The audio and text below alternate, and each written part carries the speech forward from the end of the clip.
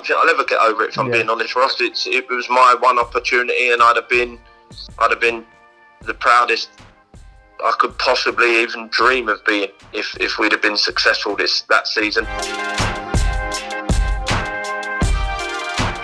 Hey guys, it's producer Ross here, and I hope you all are keeping safe and well in these very weird and uncertain times we are living in.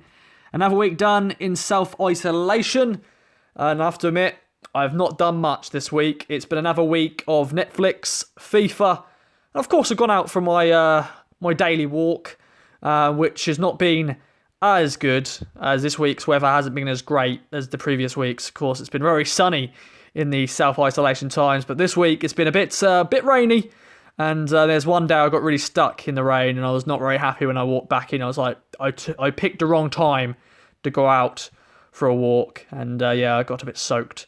But it is what it is. But here we go. Another episode of the Ross Meets series. I hope you've enjoyed the previous episodes. Of course, with Adam Tanner, George O'Callaghan, Sergei Baltacha, and Billy Clark. Of course, this is a series where I catch up with former Town players to talk about their careers from the ups to the downs and everything in between. And today I'm joined by former Town midfielder Darren Currie. And I have to admit, I was a big fan of Darren's during his time at Portman Road. And it was great catching up with him, talking about his time at the Blues. And of course, we spoke about Joe Royle, his debut goal against QPR, and then that's playoff season. The 2004-05 season was very memorable indeed. And of course, we finished third that season with 85 points. I can't get over it. He still can't get over it. Of course, we talked about that Leeds miss, which is still a thing he remembers still today. Of course, talking about his time under Jim Agilton. He was his teammate that season, and then Jim Agilton, of course, came manager. So he spoke about his relationship with him. Of course, spoke about his pace, which he didn't have, but it was a very good joke about that. And of course, he's now the Barnet manager in the National League. So we chatted about his current management state there. And of course, we went into his early day at West Ham, and his other spells at Plymouth, Barnet as a player, and of course Wickham. And it was a good catching up with him. I hope you guys enjoy this edition of Ross Meets, and let's get into it. Darren, how are you doing, my friend? I'm really good, thank you. Good to see you. Good. How's everything in this weird and uncertain times we're currently living in self-isolation? Yeah, I think it's more frustrating for my kids, to be honest. As an ex-footballer and obviously still being in football now, it's we get this period of, during the sort of summer months where you have a few weeks off, so you're sort of pottering around the house. So it don't feel too unnatural to myself. But my kids are starting to climb the wall a little bit now and want to get out and get around their friends again. Yeah. How old? What age are they? They're 14 and 12. So. Okay, yeah, they're an age now where they are wanting to sort of be out and socialising, aren't they? Yeah, they miss their friends. They both enjoy going to school, so they're missing their school friends. And then where we live, they've got a group of friends that they sort of knock around with as well. So yeah, it's frustrating for them, but we're doing what's being asked of us, and that's all we can do at the minute. Well, thank you very much for your time to talk about your career as a whole. As I said before we started recording, I was a big fan of you during your time at Town, but I wanted to sort of chat to you about your start of your career. Have you always wanted to play football? Is that, did you always love football when you were younger? Yeah, I mean, I've got some photos of from when I was like 2 and 3 years old in football kits and kicking a ball around, and obviously with my connection with my uncle who obviously played. And my dad was a player as well, although he never made professional level. He was a high standard non-league player. Yeah. So it certainly run in the blood. And from a very early age, I was just one-track mind, and it was all about playing football. It probably jeopardised how much I achieved at school, because all I ever wanted to do was play football. So I was very focused on that from an early age. So where you growing up, did you play for your local team there, and that's when you then joined an academy and stuff like that? Yeah, I played. So I grew up. I went to school about 300 yards from Wembley Stadium, and I grew up in Wembley. And I played for a local Sunday team called Forest United, and they were quite a big Sunday club in Middlesex. And our biggest rivals were Ridgeway Rovers, and that was David Beckham's team, and Jason Brissett, Micah Hyde. There's a few players there that went on and made names. Obviously not as big as David. And we were the two big rivals. And then, so that was our Sunday football. Obviously, you had your borough football and your county football. And then as we went up through the age groups, I started playing for a team called Hendon, played for their youth team. And that's when a guy called Frankie O'Brien, who I'm still in touch with now, spotted me as a 15-year-old and took me into West Ham. And then I was fortunate enough to be offered my YTS, and that's where it all began.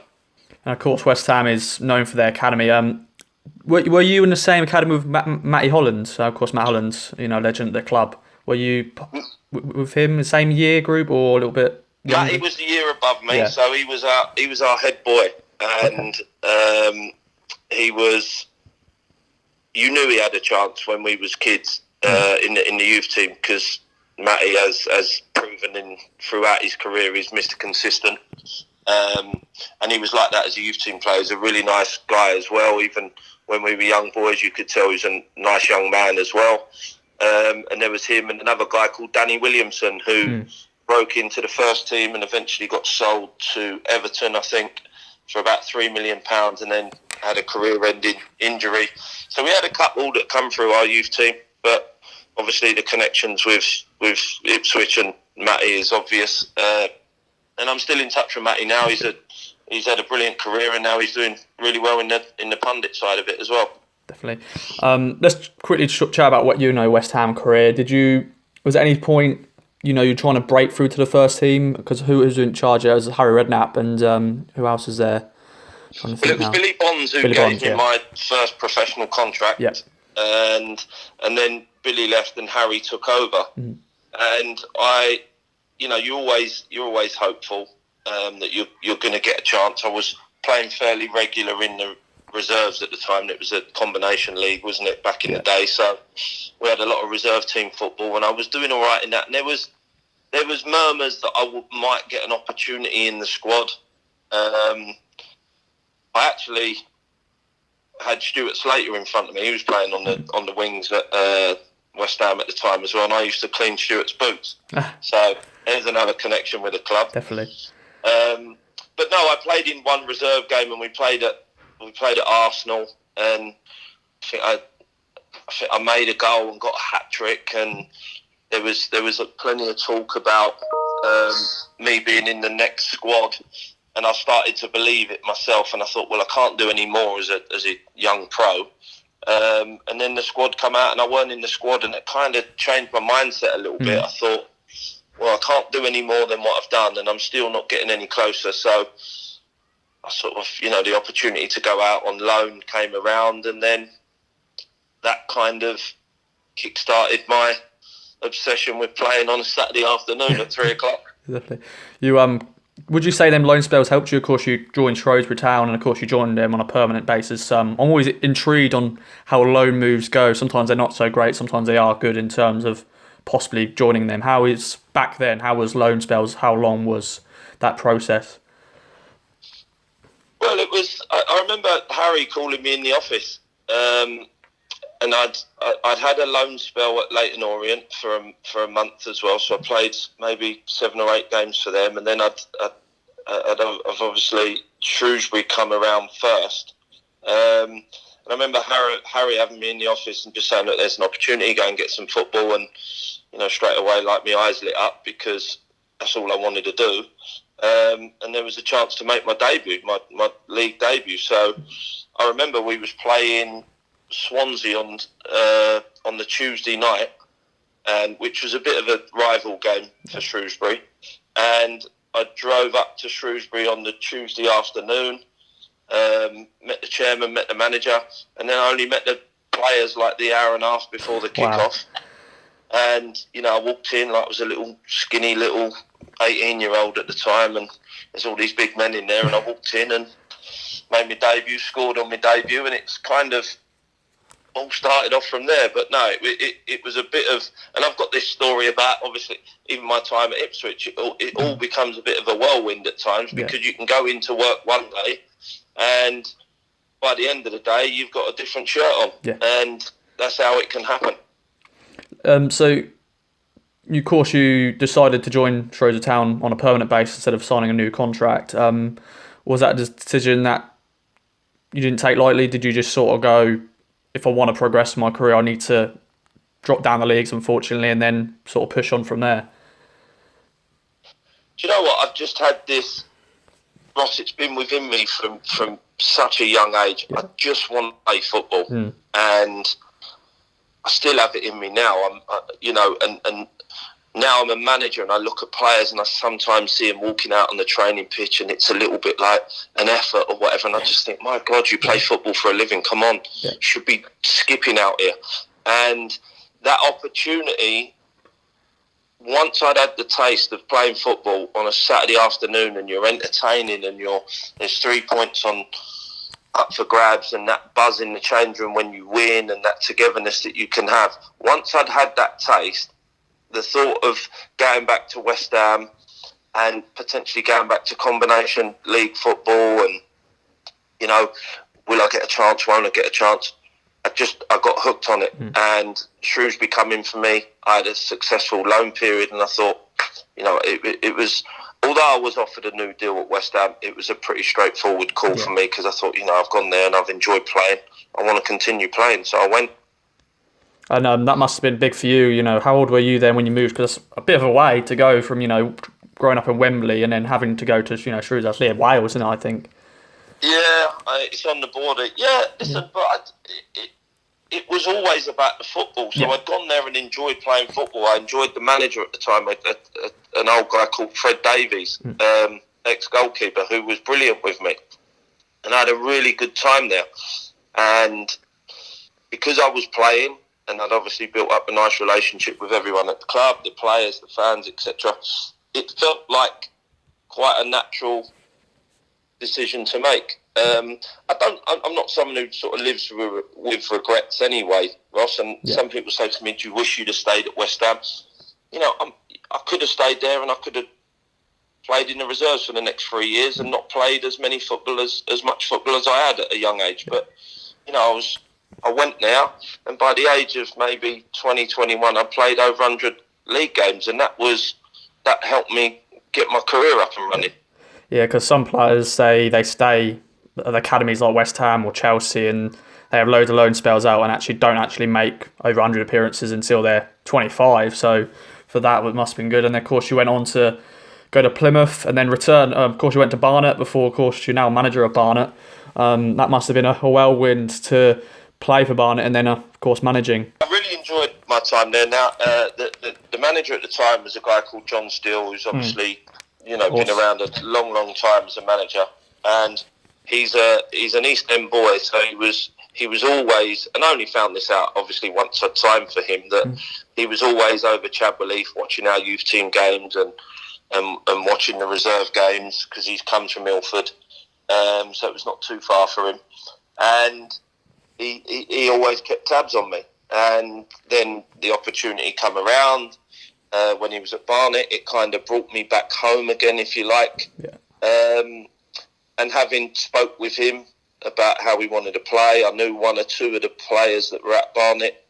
It was a little bit, I suppose you look and say it's a little bit of a sideways move, but I still wanted the opportunity to be playing regular, and that's what John could sort of offer me going back to Barnet. So it was a good move for me. It probably, Shrewsbury I don't regret, and I enjoyed my football there, but I would certainly say that it was the Barnet move that really started to get me up and running in my career. Definitely.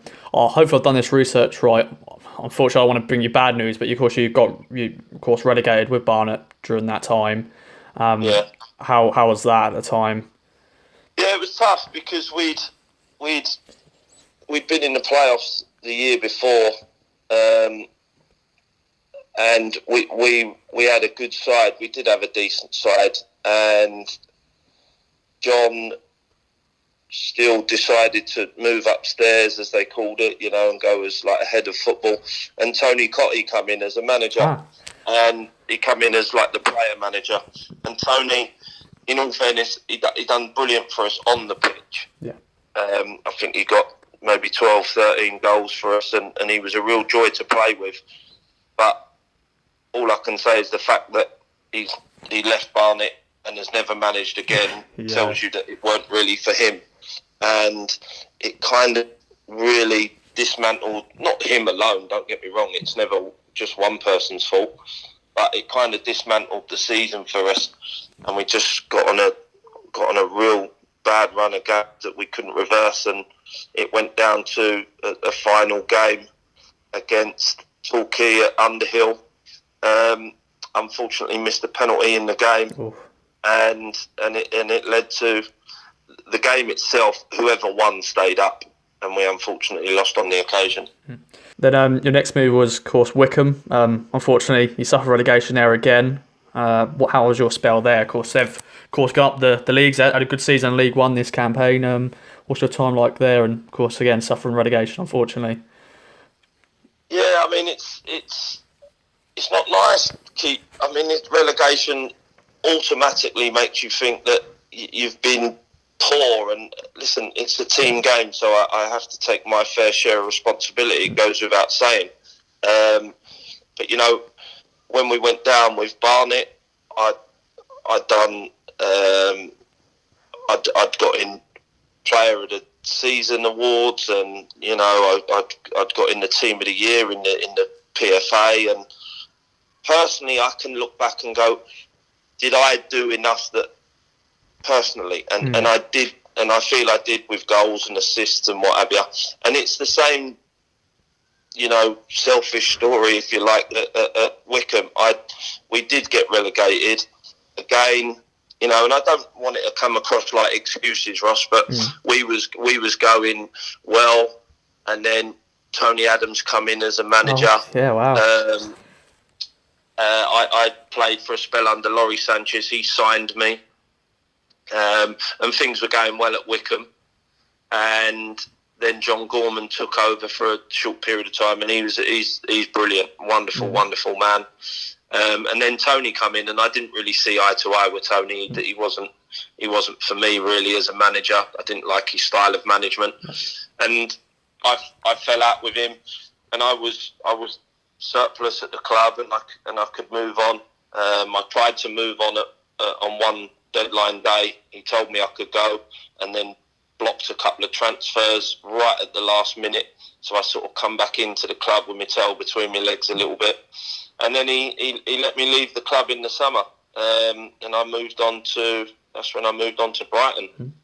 Because you're on trial at Brighton at first. How is a trial in the summer? Because of course when you get released, was there, of course, you had a good season, so I'm sure there have been a few clubs that were interested in you as a free agent. But did you have to go on trial there?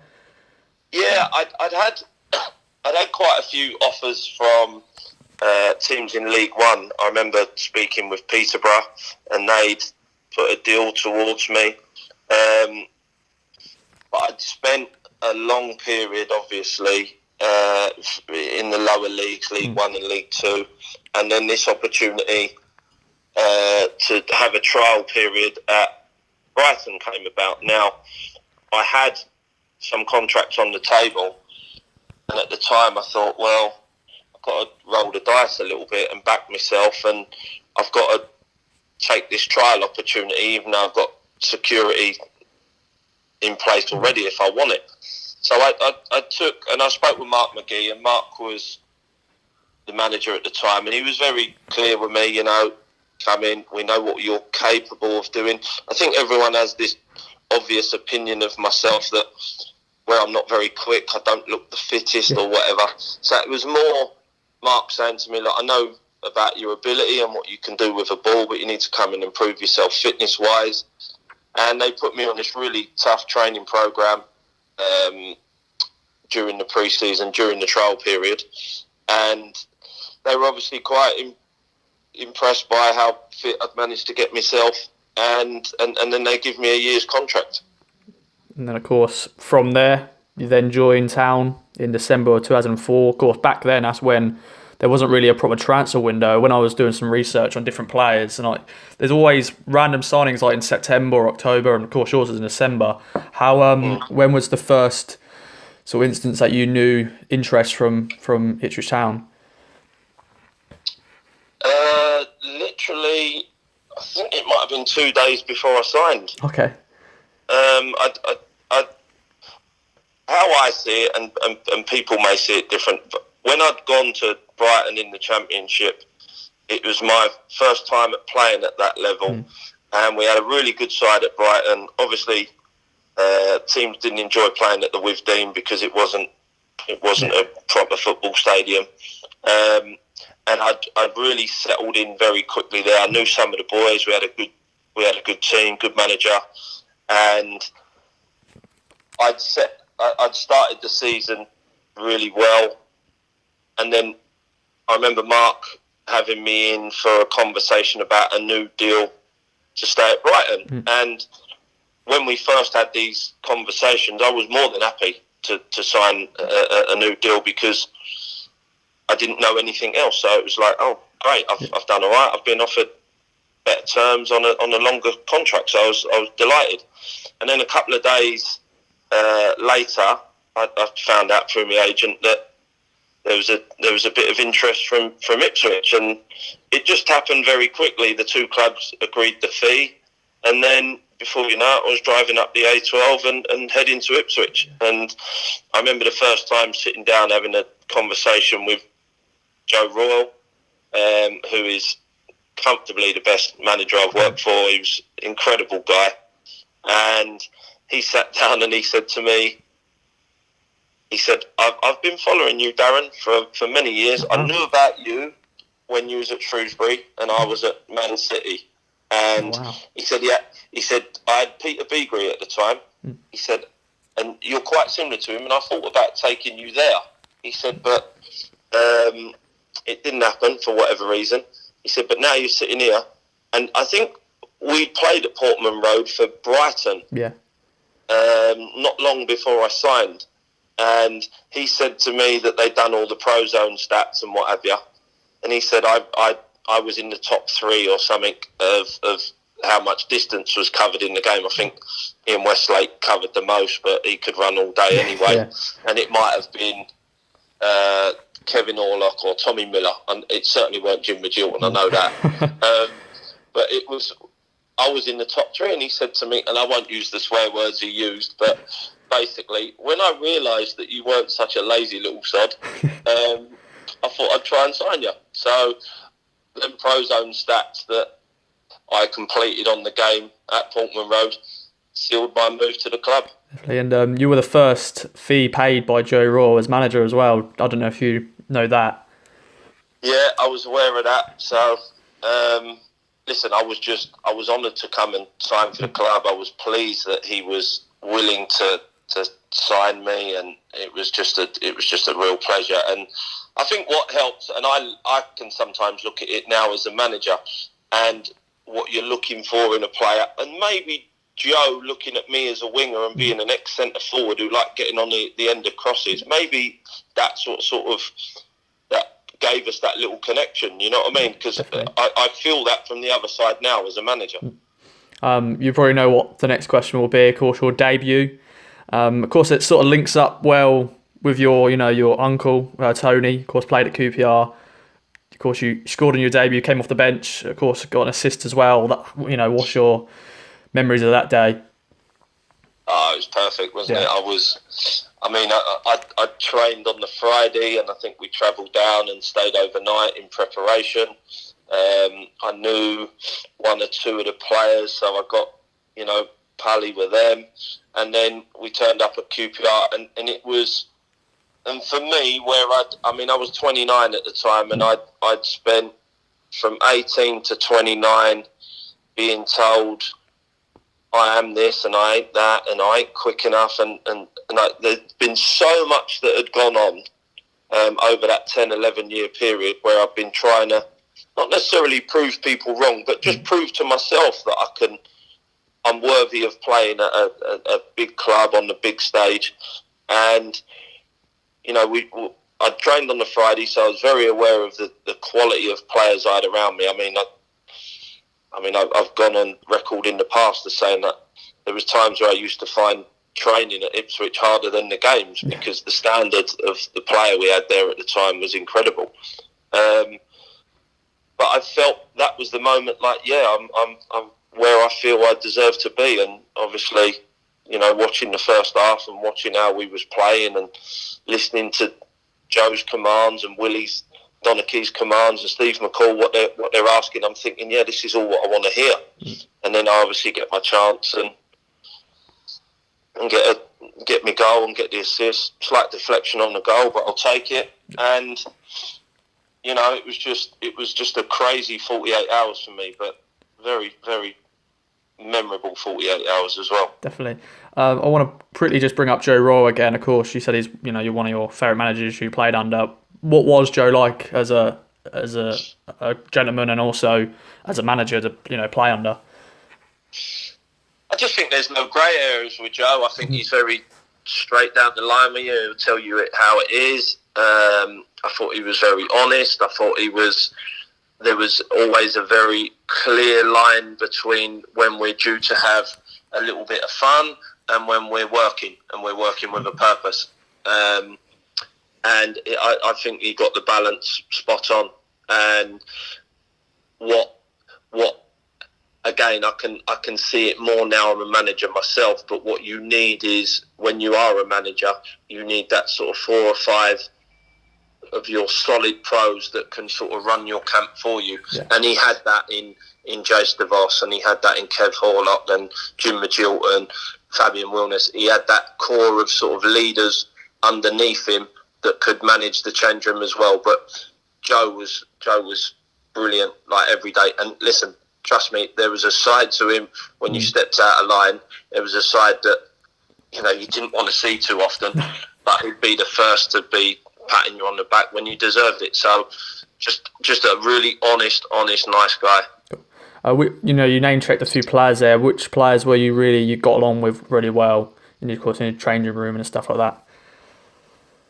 Well, I knew Kev Horlock from our days at West Ham. Mm-hmm. So if I go back to my youth team days, there was me, then there was Matty Holland a year above me. I think Kev might have been in the year or 2 above Matty. Okay. So, I knew Kev from being a young boy at West Ham. Tommy Miller I'd played against in his time at Hartlepool, so I had a little connection with Tom. And then the other, they were such good lads, and they were such an easy group to connect with. Like even Bam Bam, like, who I love to bits. All of them, they were just so good. Listen, it was good for me that I got off on a positive note with the goal and the assist, and then we went on to the Wigan game where we won as well. So I did settle quick, but that wasn't just because of what was going on the pitch. It was how good the group of players were off the pitch as well. They're a really tight knit group.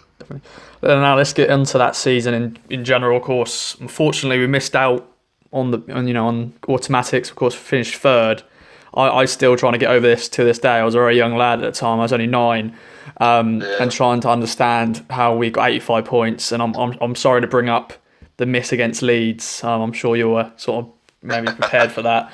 Have you been able to get over that season? I'm sure some players, even Joe, may not be able to get over that. No, I haven't, to be honest, because that was my one chance at getting into the Premier League. I know I eventually left on loan to Derby and they got promoted, but only played a very small part and then no part at all in the playoff final. But because of how I feel about Ipswich and how much I love the club, I was only there for 2 and a bit years. But I look back at that and I still, every now and then, if I try and bring it up, my missus will go to me, "Oh, you still not got over that yet?" Because I haven't. Because we were so dominant, and we did have a good side, and we had 2 chances as well, didn't we? Because we was going well in the league up till the end of the season, and then obviously your second opportunity is the playoffs. And my memory of the first leg at West Ham was obviously we'd done okay and taken the draw, and then taking them back to Portman Road where we had been really dominant all season, and obviously with the crowd getting behind us, there was confidence about us. We wasn't overconfident, but there was certainly a confidence about us going into the second game. Just didn't happen, and I don't think I'll ever get over it, if I'm being honest, Ross. It was my one opportunity, and I'd have been the proudest I could possibly even dream of being if we'd have been successful that season. I bought my first house with my wife to be. I had my wedding due that summer, and my daughter was due in the August, and obviously potentially getting promoted with Town as well. It would have been the perfect summer for me. So I got 3 out of the 4, but I talk more about the 4 than the other, the 4th one that I didn't get than the other 3. Yeah. Would you? Listen. You did mention the miss at Leeds, and a lot of Town fans do mention it, and I haven't really got anything. It's what it is, isn't it? To say it. Listen, one thing I will say is, throughout my career, when I speak to goalie coaches and obviously the goalkeepers I've trained with, they've always said to me I try to be too precise. And maybe on that occasion I was trying to tuck it too much into the corner when I had 3/4 of the goal gaping at me, and I put it wide. So it was a poor miss on a massive stage, which I do get reminded of. But listen, you got to take the rough with the smooth. That's the game we're in. It was a bad miss, and I was as disappointed as anyone that it didn't nestle in the bottom corner. Yeah. Now let's get on to, of course, the second season. Wasn't as successful as that, but of course we lost a few good players. Darren Bent went and stuff like that. Did you know that this team is a bit changing? There's a few other little signings here and there that's happening, maybe not as good as sort of replacing the likes of Darren Bent. Did you fear for the next season or not?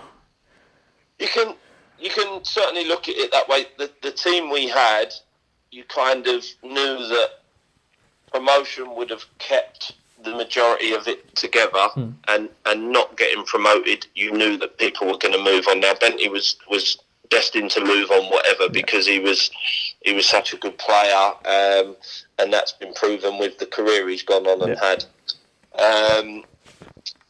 So you knew that it was a missed opportunity, and then it was going to be quite different the following season.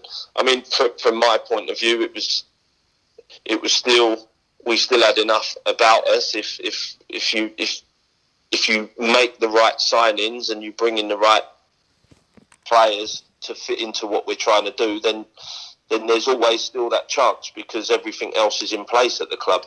But it was certainly always going to be a difficult task, with the squad that we had, to then lose some key players from it and then have another run at it the following year.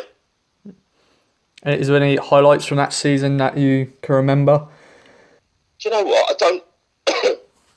It's more.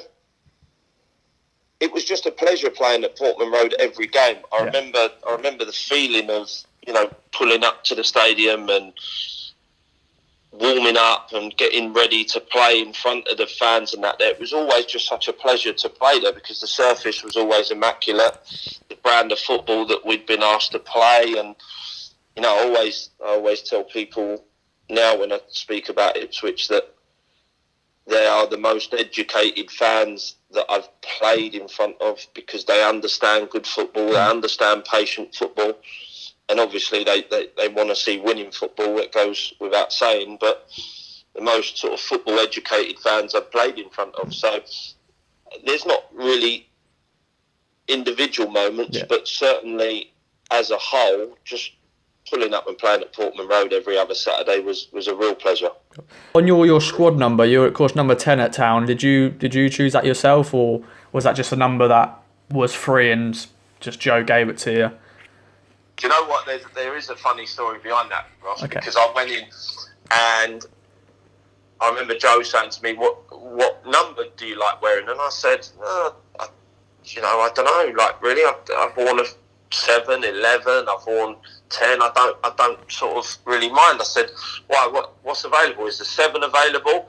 And he went, "You got no chance of getting that. That's my Jilton shirt." And Joe, being Joe, actually told Jim about that. Now, and Jim didn't let it go, did he? So he "Well, you come in here." He used to give it, "Well, you come in here and you want to take my shirts?" And I went, "Jim, I was just asking what number was available."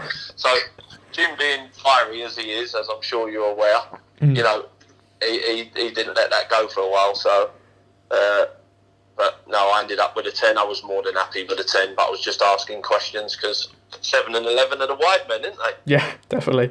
I want to, as I said, when I was a young lad, I remember you because you used to have tape around your socks, and of course you used to love doing step overs. And as a kid, that's what I practiced. Is that something you wanted to bring to your game? Of course, you didn't have unfortunately the greatest of pace, but in terms of trying to bring something else to your game, to just add something else. Yeah, do you know what it is, Ross? Like, unfortunately, whenever you think about a winger, you think about pace. The two things is pace and crossing. And I knew I didn't have pace. But I could go both ways, obviously, and I learned to master the sort of art of earning your yard to get your crossing, and it was always looked a bit slow and deliberate. But why would I embarrass myself and try and push it on the outside of someone and have a race with them? Because I ain't going to win a race. So I learned that very young in my life that I was never going to win races. So I just adapted my game, and one bit of advice I was given as a kid from my uncle was about playing with both feet. So I practiced on equal foot, the same amount, and it just became a feature of my game, which is why I didn't mind playing either left or right.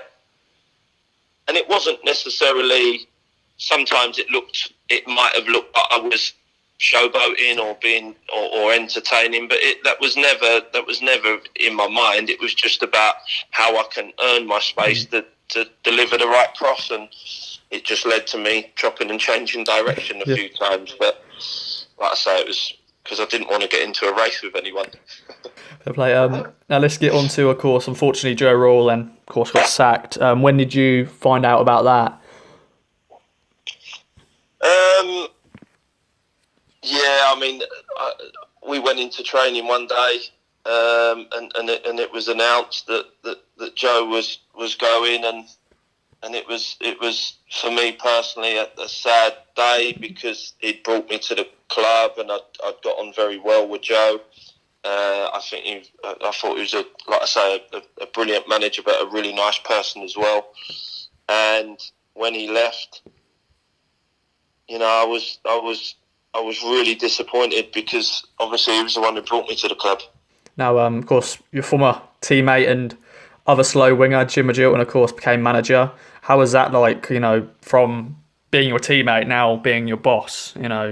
How was that transition? Was that murmured for a little bit that he was going to come in as manager? No, I don't remember it being discussed. I knew Jim wanted to go down that route, and I knew that he'd make a very good manager because he is probably the most passionate football person I know.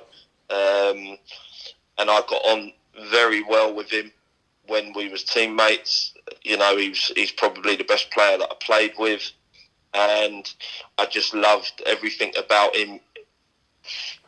The way he wanted to train, the way he wanted to win, and when there was a chance of him becoming manager, I thought, because we was friends off the pitch as well, I thought, I've got obviously our relationship would change, and I would need to, get myself in or maintain the condition I was in, and make sure that, it wasn't looked upon like I was taking liberties at all because he was a mate of mine. So I was conscious. I went away in that summer, and I was away with Simon Milton, and I worked very hard to make sure I come back in really good condition so that I could give Jim everything that I felt he deserved as an ex-teammate, and now obviously my new boss. So I was pleased he got the job because I knew we was going to play good football, and I was looking forward to playing under Jim. But it didn't last too long. There was you were apparently in talks of signing a new contract with Joe, but then of course he got sacked and then Jim came in. Was there any other more conversation you then still signing that new contract? No, I mean Jim put a bit of a stop on that, and we'd had a few conversations. He was aware that I wanted to stay, but I think it became fairly apparent quite quickly that Jim felt he wanted to change a few things up, and I would be asked to move on. So, listen, it was bitterly disappointing for me because I wanted to stay, but I also wanted to play as well, and Jim made it clear that it would be difficult for me to play under him as regular as I wanted, and it was best that I moved on. And, you know, I was gutted. I'll be honest, Ross. I was bitterly disappointed that I had to leave. And me and Jim didn't speak for a period of time because I felt really disappointed that he didn't want to keep me. But listen, we're back on track now. I get over things quickly. I don't hold grudges. I'm not that type of person. But it was because how high a regard I held him in, and the fact that I wanted to stay, and you know, leaving did hurt me. Were you living, you know, in Ipswich, or were you like outskirts of Ipswich at the time? No, I was. So I'm halfway down the A12 in Whittam, near sort of Colchester, Chelmsford way. So, and I'm still there now. So, because my daughter was due to be born when I first signed for town, we didn't want to move all the way to Ipswich because my wife needed some help with the baby from family who lived in Hertfordshire at the time. So we sort of went halfway up the A12 and we've stayed there ever since. Of course, you know, during that season with Jim, you of course had loan spells. You mentioned Derby, of course Coventry, and you also had a spell on trial at LA Galaxy. I'm sure you were expecting me to bring that up. How was that? Yeah.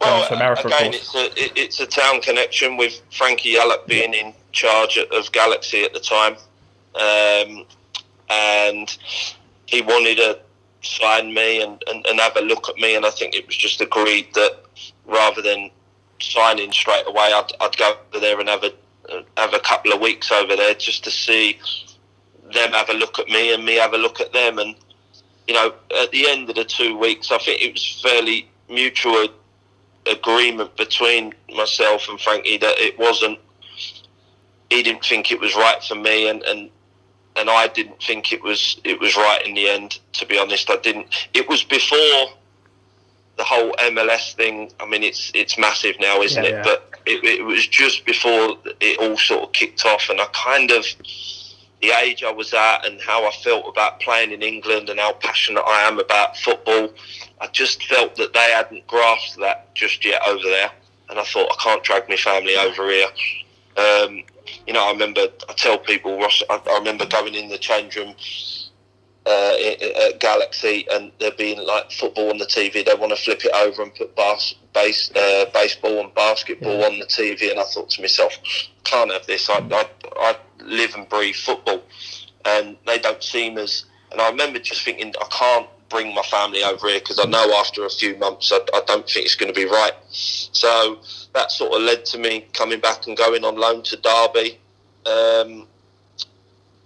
and I was happy to do that because I was happy to obviously go to another very good club, but certainly felt like there was some unfinished business to be done in England. Definitely. Of course, you know, going over to America is not really a long-term sort of plan there, really, is it? Sometimes, you know, it's, you know, a great, you know, country to go to and, you know, maybe living in LA and stuff, but how long would you be able to do that for? And then, you know, that's the risk you would have to take if you did do that, but of course you didn't think that was the right thing to do.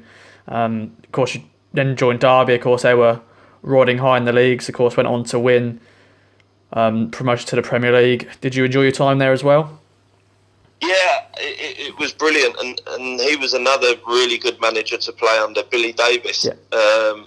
Very, very focused, very detailed with his approach. I learnt a lot off of Billy. I liked the way he conducted the day-to-day running of the club. And again, I was fortunate enough to walk into another really good changing room with some really good players there.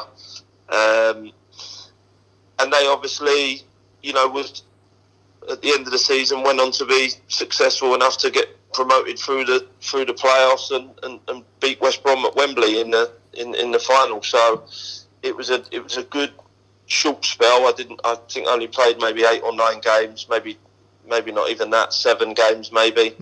Unfortunately, not involved in the match day squad for the.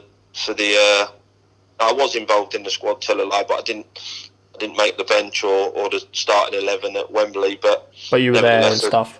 I was, we was all there. The whole club went, and it was, it was a great occasion for everyone. And again, a common theme with me, I'm still in touch with quite a few of the boys there because I've met some good people at that club and throughout my career. When you knew your time was up at Ipswich Town, what was the next step for you in your career? Where did you think you wanted to go? Did you want to try to find another championship club, or did you think age was unfortunately not on your side? Where did you think you wanted to go? It was just about finding the right club that I felt would give me what I was looking for. I'd obviously really enjoyed my time at Ipswich, although it finished not how I wanted it to. And then I had a good spell at Derby, and then it was just about finding a club where I could feel settled again. And players often, this is what all players want. They want to play as regular as they can. I mean, there's many components to that, obviously form and how you train, how you conduct yourself. There's loads that goes to that, but I wanted to find a club where I could play as regular as I could. And as proven in my career, moving around isn't a problem. So wherever that club would have been, I wouldn't have had an issue with it. And it just so happened that, I spoke to Luton at the time, and Kevin Blackwell, who's someone I knew, was trying to build a team that was going to go for promotion. And some of the signings he'd made prior to us talking made me think, they've got a chance. So I ended up signing at Luton. Of course, they went into course in administration during your time there, and of course suffered a 10-point penalty and were relegated.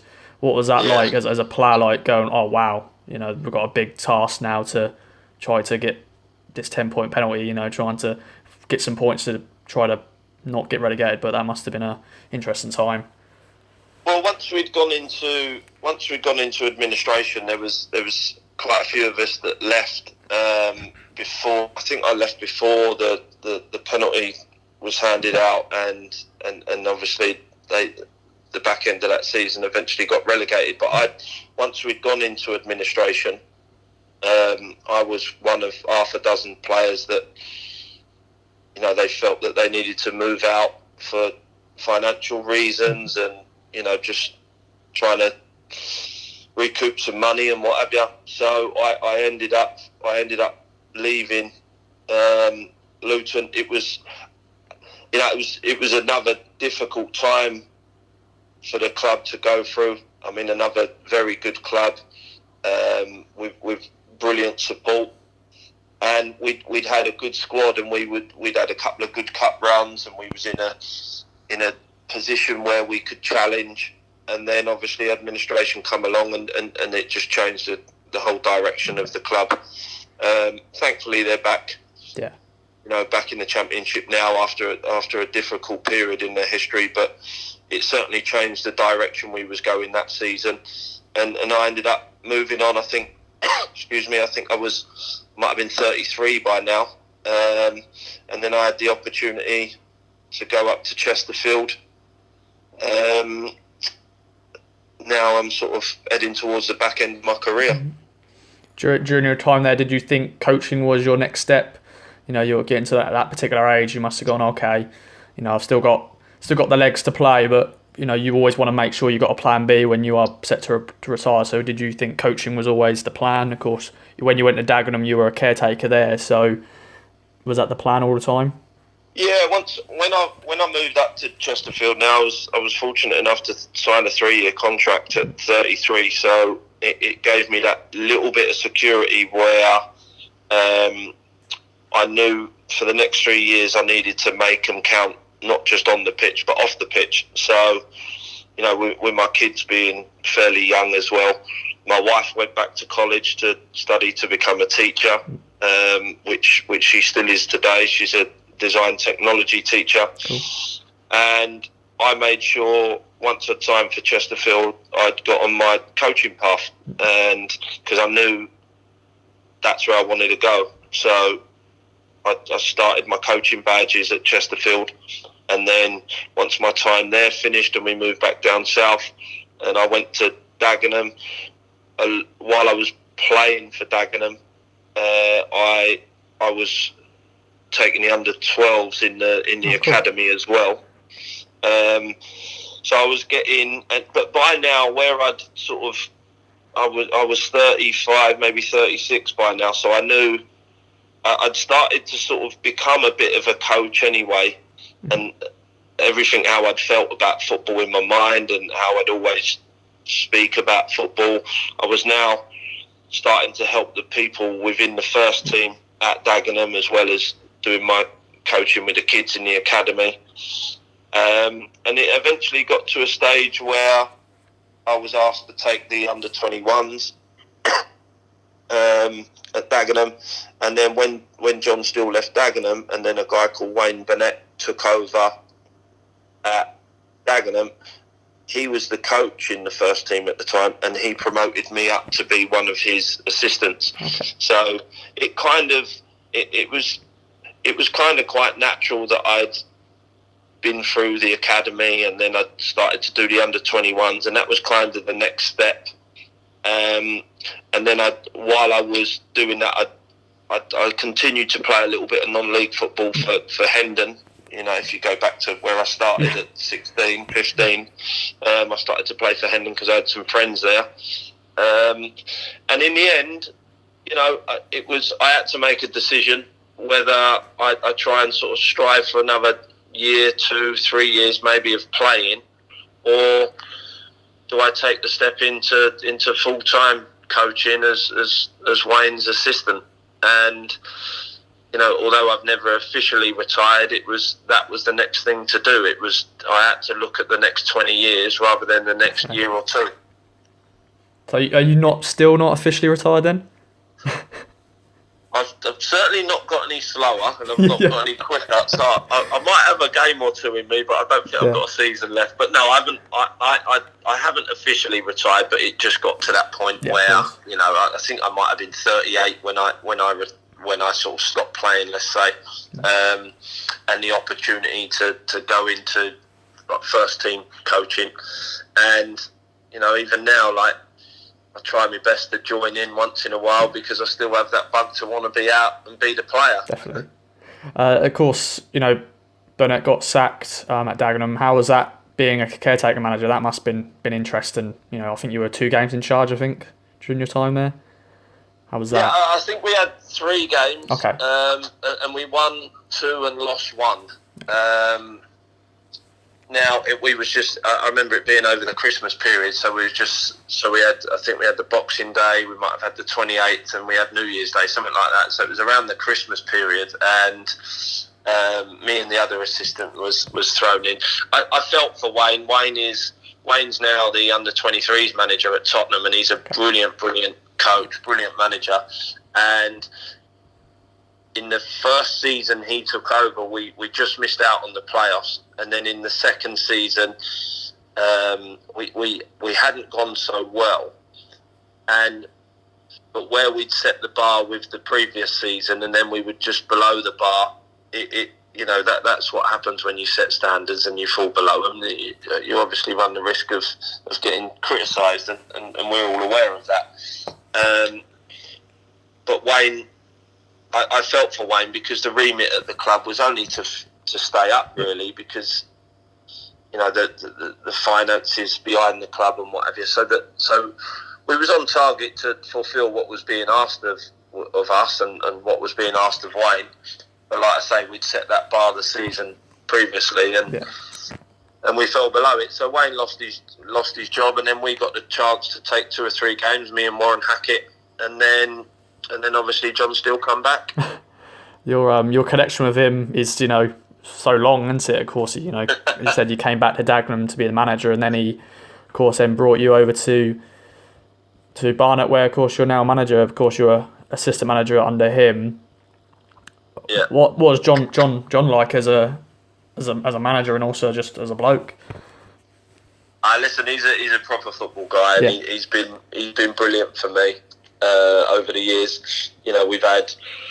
We've had a few discussions and heated debates and arguments when I was a player, because I wanted to play, and if he left me out, and I could be a bit of a sulker and what have you in my younger years. So we always sort of reminisce and talk about them times, and he's got a few stories to tell, but he's done absolutely incredible throughout his career to be a manager for, I think it was 41 years, and he had his way of doing it. And one thing these coaching badges teach you is get a belief and get a philosophy and stand by it, and John has done that.